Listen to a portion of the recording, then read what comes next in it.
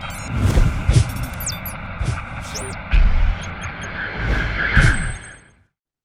to be a star, don't you? Take it off. Ladies and gentlemen, welcome to the Wrestle Plug Backlash pre-show kickoff slash not nearly as annoying as that pubic merkin wearing fucking dickhead Sam Roberts. So at least this is something. So if you're thinking, I'm watching the pre-show like we do, because we don't watch pre-show because we're not, fucking weirdos, then maybe you want to watch this one instead, because myself, Aeron Nix, the Egyptian Death Machine, and my boy, Tanvir, will be breaking down and previewing all the action for tonight's WWE Backlash in San Juan, Puerto Rico. Tanvir, let's get down to business. Let's not fuck around. Let's go. The San Juan Street Fight as Bad Bunny faces Damian Priest. Who you got?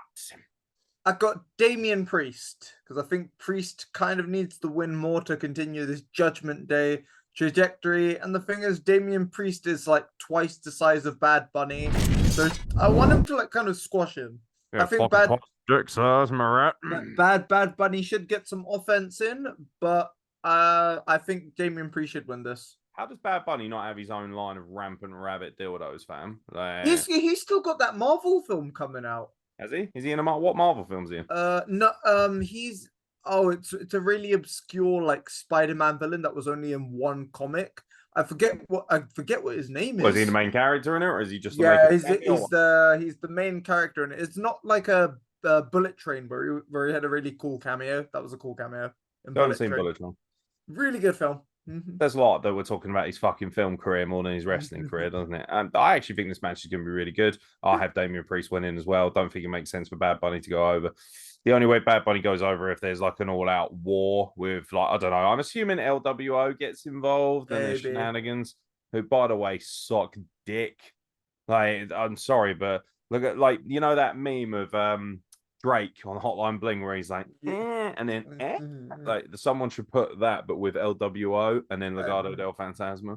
I still miss Legado del Fantasma in NXT. When I already loved his Santos Escobar's work when he was El Hijo del Fantasma, but when he came to NXT, took the mask off. It's like, oh yeah, this guy's cool. Like this guy just oozes, and then the main roster cool. got hold of him. And they were like, "Oh, now you're Midget Mysterio. Get in there, pal." Like terrible lackeys to Mysterio. Just an awful fucking gimmick. No need. Selena Vega is the only one who feels like she's benefiting ever so slightly. And let's be honest, only because we're in Puerto Rico. So we've both got Damian Priest smashing up Bad Bunny for the win here. Moving on to the WWE Raw Women's Championship, Bianca Belair defends her title against Damage Control's Io Sky. Who you got?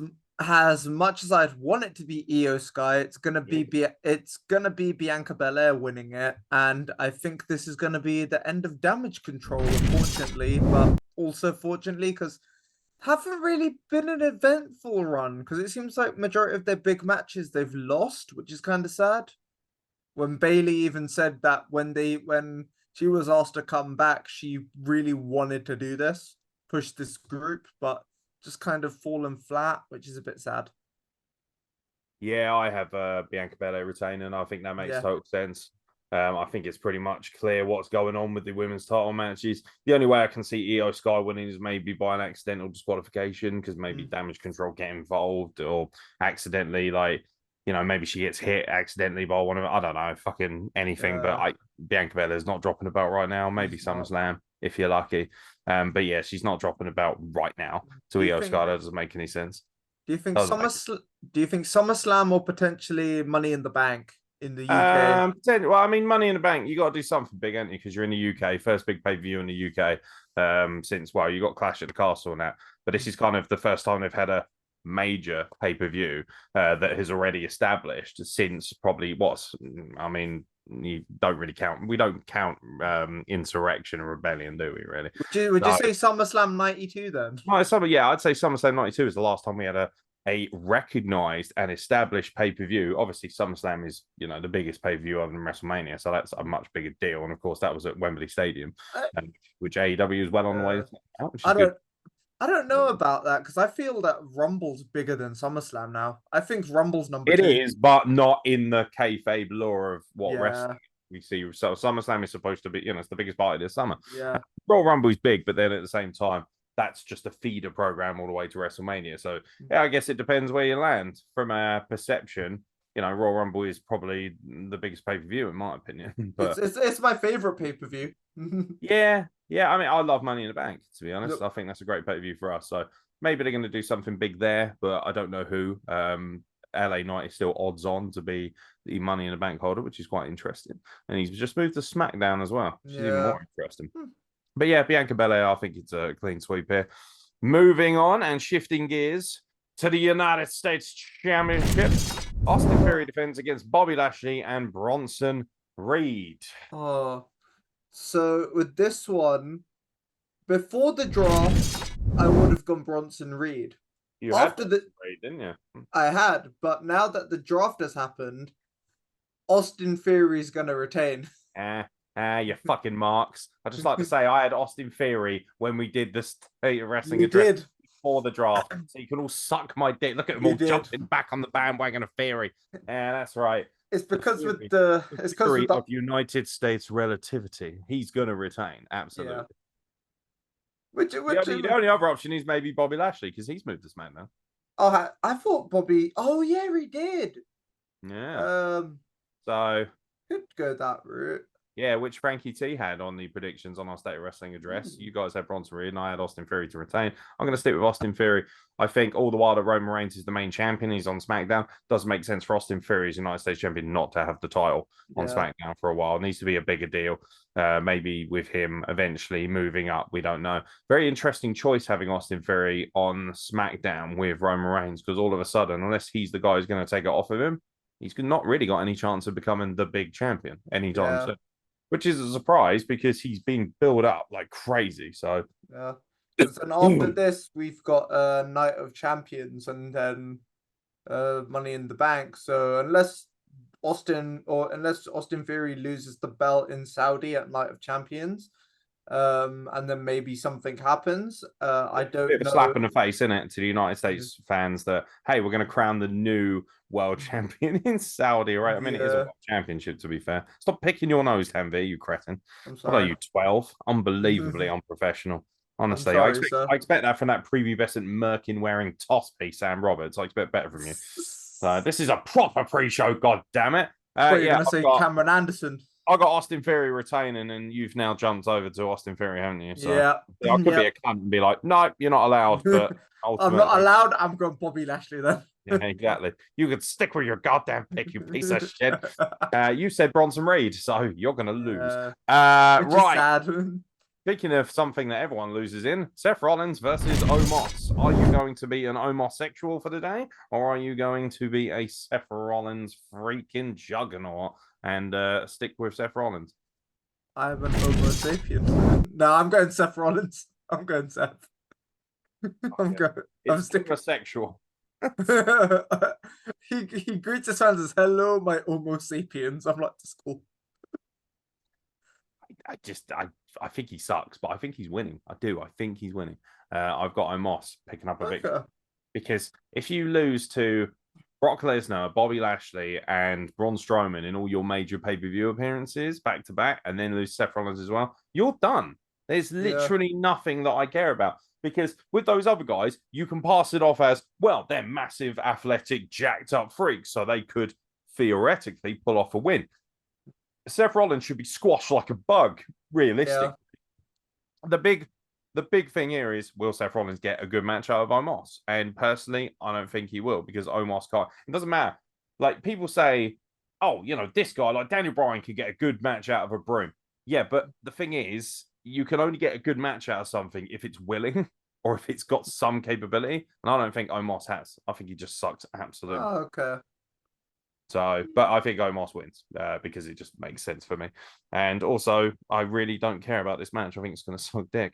Speaking of a match that I do care about, however, just because I'm interested to see just how murderous it's going to be, the WWE SmackDown Women's Championship is on the line. Rhea Ripley defends against Zelina Vega in what is easily the most predictable outcome in the history of women's wrestling.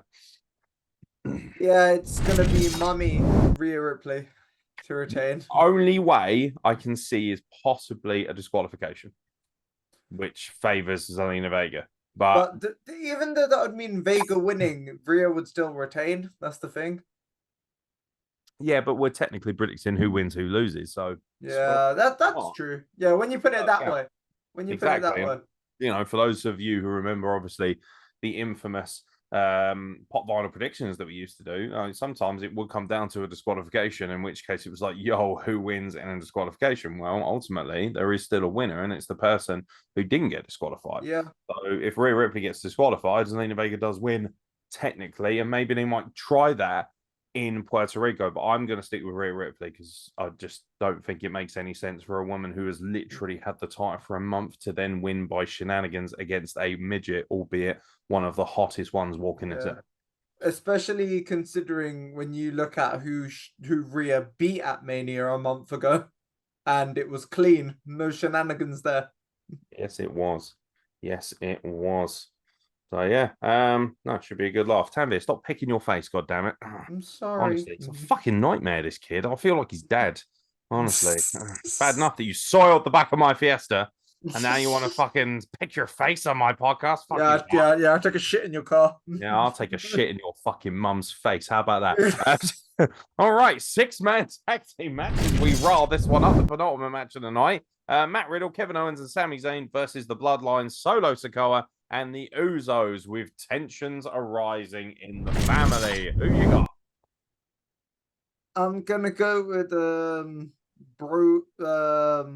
Riddle, Owens, and Zayn to win this. Fucking flip flopper!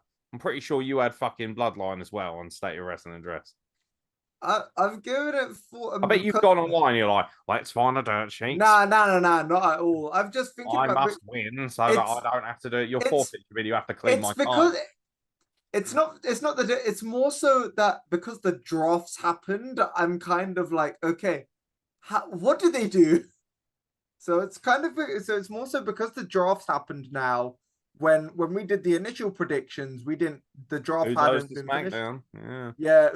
So I think that's a bad decision. We'll probably review the second half of the draft quite quickly after this, I think, because we did promise that we would cover the second half review. So for anyone watching, that should be out before these predictions. Check that out as well if you want to check out our review. Me and Carl Wilkinson reviewed the first half of the draft. Me and Tanvir will review quickly the second one. I personally think Usos going to SmackDown was a mistake. I think they should have kept him on Raw. You know, I think it would have been more interesting if Usos were free agents. I think that would have been the most interesting. I hate free agency, but I'll get into that on the second half review because I absolutely detest it. I will stick with my initial pick, which is Team RKO Bro thing. The KO Bro. We'll go with that. Yeah. KO Bro. Get off your laptop, God damn it! What are you doing? I'm looking up hentai again. No, I'm getting up the draft picks just in case. Okay, there we go. Yes, you better, you little gimp. Anyway, we've both got Team Riddle and gang, Team Riddle and company, and the whatever, or as Carl's probably calling it, Team 420 Canada. I don't know. 420 Canada. I don't fucking know. I don't know. I'll tell you what, if anyone's watching this, leave fucking nicknames for what you would call this team below, and the best one, I'll send you a sticker or some shit. I don't know. Fucking, Montreal blunt job. The Montreal, yeah, but but the bloodline's over the other side, so doesn't really make as much sense, does it? This is why you're not in charge of creative at IWE, but Frankie T is. So God help us all. God help us. Fucking useless. Anyway, in your main event, or what should be the main event, you got to think this is going to close the show. Brock Lesnar looks to damage further the credibility of the American Nightmare, the son of a plumber, Cody Rhodes. Who you got? I've still got Cody.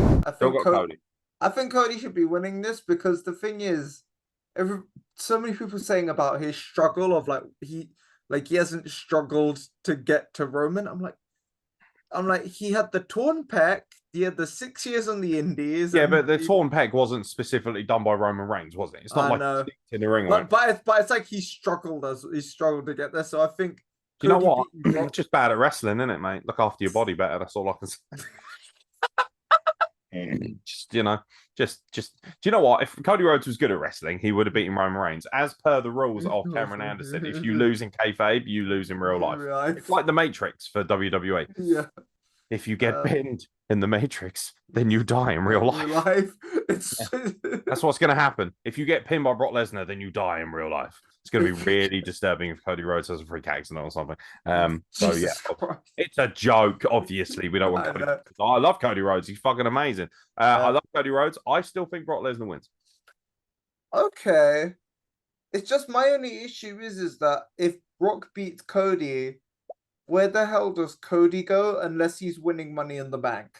The problem is, if Roman Reigns is going to be a free agent, that means that he could technically still go after Reigns. Although, isn't there some sort of thing in place that he can't face Reigns? Yeah, that's why So maybe, you know, for me, it would make sense for Brock Lesnar beats him.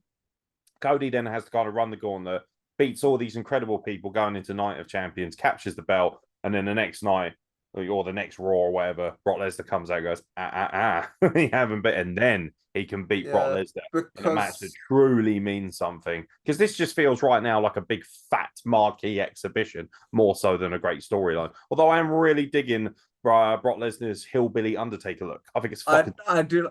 It's like him and Trish Stratus have the same thing going on right now. Of like they just look like hellish cowboys. And Trish Stratus can wear what the fuck she pleases. Yeah. Because when I look like if I get to 47, I am gonna quite literally look like a plate of spaghetti that has gone off after 2 weeks past its sell-by date. Trish Stratus looks like perfection. No, you won't, sir. I'll supply the sauce. Fucking, I'll tell you what, I'd supply Trish Stratus with my sauce. I'm not. Oh dear. By the way, it's an 18+ podcast. Get over yourselves, you fucking melts. We're done playing nice here at the Wrestle Blog. All right, so you've got Cody Rhodes, I've got Brock Lesnar, and that of course wraps up the Backlash predictions. Expecting anyone to do a run-in that is not actually on the card? Expecting anyone to get involved? Judgment Day with Bad Bunny, surely. Yeah, LWO probably as well. LWO probably do a run in. Yeah. LWO, they went to Raw, right? Yes, they did. Because I think Judgment Day. Yeah, Judgment Day went Raw. I think LWO might have gone SmackDown. I don't know. I'm not completely sure. I think LWO went to Raw. Okay. Yeah. We'll check that out on the second half of the drop. I'm pretty sure they did. LWO went SmackDown. I just double checked. Oh, they went to SmackDown. Oh, okay. Yeah. Well, in that case, they're clean off. Zelina's not winning even more, then, is she? Yeah. Ripley stays on. So, what do they do with the women's title? We'll discuss it on the second half draft review, because that's where all the interesting stuff is. But yeah, I reckon this is going to be a good pay-per-view. For anyone watching, by the way, if you're feeling lonely or if you're going to be watching it by yourself, even if you're not feeling lonely, if you're feeling frisky and you want to come and join the WrestlePlug gang, I will have a Zoom chat open and I'll be watching Backlash live and I'll be reviewing it immediately afterwards. You watch Carl Wilkinson come crawling back. Oh, I can't be asked to do watch along as my shoulder hurts. Cody Rhodes, mate, right, fucking did Hell in a Cell with his arm hanging off, and this little fucking gimp with no legs is hiding in his mum's basement going, oh, I can't do a watch along, my arm hurts. Man up, you massive pussy. You can do it, Kyle. You've already lost your legs and survived that. Yeah, so don't lose your self-respect with it, yeah? Useless. Pick up what little self-esteem you have left and come back to the podcast, you melt. You got 3 more weeks of being signed off of work. You may as well do something with that. Come and make yourself an international superstar, as all people do on the WrestlePlug. But like I said, ladies and gentlemen, I'll be staying up ludicrously late and I'll be watching Backlash live from San Juan, Puerto Rico. Looking forward to it as well, because Puerto Rico is infamous for a red hot smarky crowd. Cannot wait. They're going to be fucking raucous, just like they were at New Year's resolution all those years ago. Should be a bloody good laugh. Tanvir, thank you very much for joining us for the Backlash pre-show. Of course, ladies and gentlemen, we will be back with a State of Wrestling address next week as well. But from then until now, enjoy WWE Backlash, and we'll catch you very soon for more content from the WrestlePlug.